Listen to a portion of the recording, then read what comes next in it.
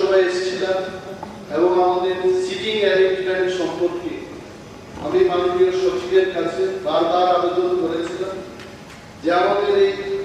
প্রথম সারিতে 3 জন বসবেন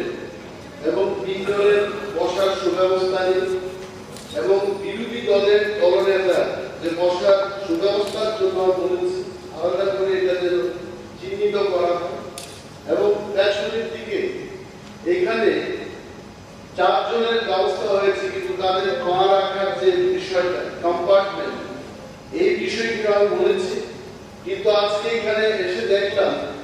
যে সমস্ত ব্যবস্থাপনা গ্রহণের কথা ছিল একই ব্যবস্থাপনায় ওনারা বলছেন এখানে বসার জন্য এই সম্পর্কে আমাদের আলোচনার দরকার। আমাকে বলা হলো যে একটা কম্পার্টমেন্ট যেটা একটা দলের জন্য রাখা হবে আর একটা কম্পার্টমেন্ট দিয়ে বসার কোনো সুবিধা নেই তাহলে এই হাউসের মধ্যে আমি বলবো যেমন কোন দল বলতে পারবে যে নির্বাচনে সে 3টি এমএলএ নিয়ে আসবে বা 5 জন এমএলএ নিয়ে আসবে এটা কেউ বলতে পারবে না। আজকে ধরে নিন যদি এখানে 5টা দলে বিরোধী দল নির্বাচিত হয়ে আছে এবং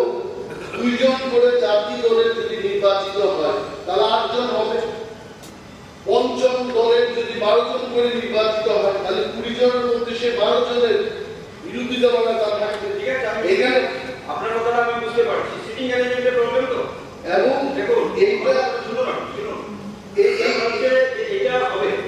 এটা আপনার প্রস্তাবটা ঠিক আছে পরে বিবেচনা করা হবে শুনুন কিন্তু আমাকে আজকে দায়িত্ব দেওয়া হয়নি আমাকে শুধু দায়িত্ব দেওয়া হয়েছে অন্তত নির্বাচনের প্রক্রিয়াটা পরিচালনা করার জন্য পরবর্তীকালে এটি আপনি বলবেন এগুলি অবশ্যই এগুলি বিবেচনাধীন এবং বিবেচনা করা হবে যেহেতু আমাদের কথা এখানে রাখা হয় সময় খুব কম আজকে সুতরাং আমরা এই হাউসে থাকবো না। If you are not doing this then we are walking out from the house. ঠিক আছে আজকে আমি করতে পারছি না কারণ আমাদের দায়িত্ব দেওয়া হয়েছে শুধু নির্বাচনের দায়িত্ব দেওয়া হয়েছে অন্তত নির্বাচনের বিষয়টা শুধু আমি দেখব